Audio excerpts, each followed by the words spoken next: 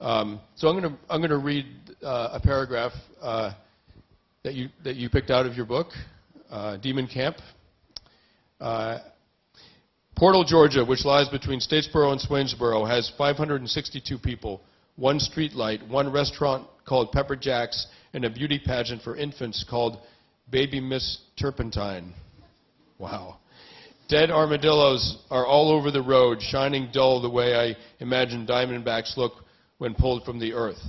The minister and his wife, Tim and Katie Mather, Caleb's in-laws, performed deliverance in a building called the Covenant Bible Institute, next to the Portal Church of God and 2 gas stations off a street called Railroad.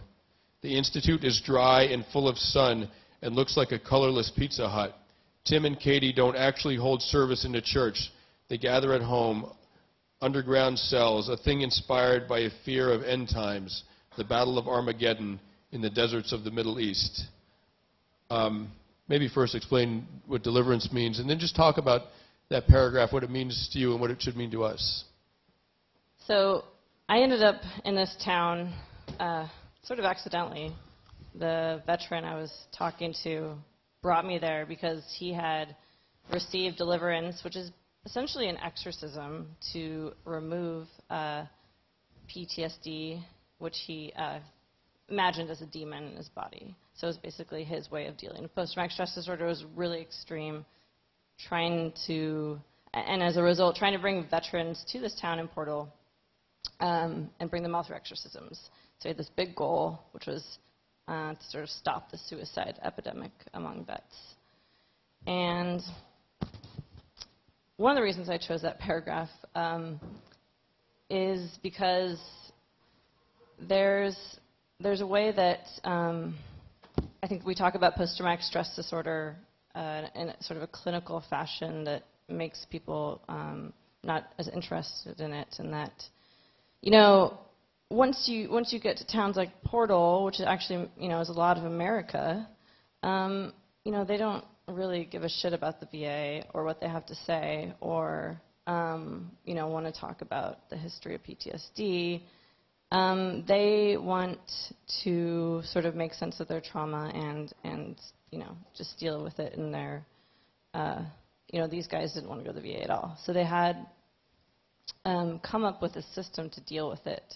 And I think that's kind of interesting to look at just different pockets of America and different sort of responses to how to deal with post-traumatic stress disorder. And this is a very extreme case.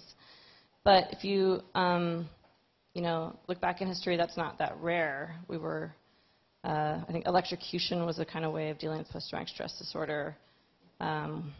During World War I, we shot people on the battlefield if we thought they were acting like cowards, which is how they were describing it. It was unthinkable to think of men coming home from war as having symptoms of what then they called hysteria. And religion is often a construct that has been talked about in terms of post-traumatic stress disorder, and is a way to sort of, you know, a post-traumatic way of putting order onto the world that's incomprehensible at that time. And so this was going into a world where suddenly there was a structure and a narrative imposed on what was, for this man and many others in that group, a life that had been made uninhabitable by the war in Iraq and Afghanistan. Thank you. Until industrial society, most organized violence was committed in defense of one's community, particularly in our sort of hunter-gatherer ancestors.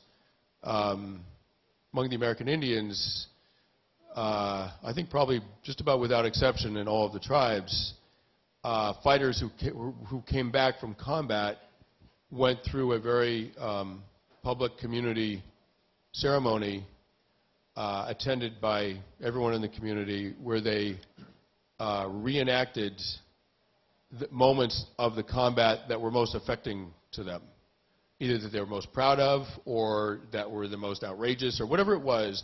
They could act out anything they wanted. And it just, while you were speaking, it just occurred to me, it's a different culture, a different society, but there's something very powerful in the idea that the community you fought for which is harder and harder to find in industrial society. But the community you fought for gathers, and you go through a process which sort of exercises the effect of violence on you, and you do it in a community. And as one anthropologist said to me, trauma is almost always a group experience. And that means that the healing from trauma really does have to be a group experience as well. And of course, that's what happened for eons in the Stone Age until mechanized warfare, probably. So anyway, what you were saying just made me think of the research that I've been doing.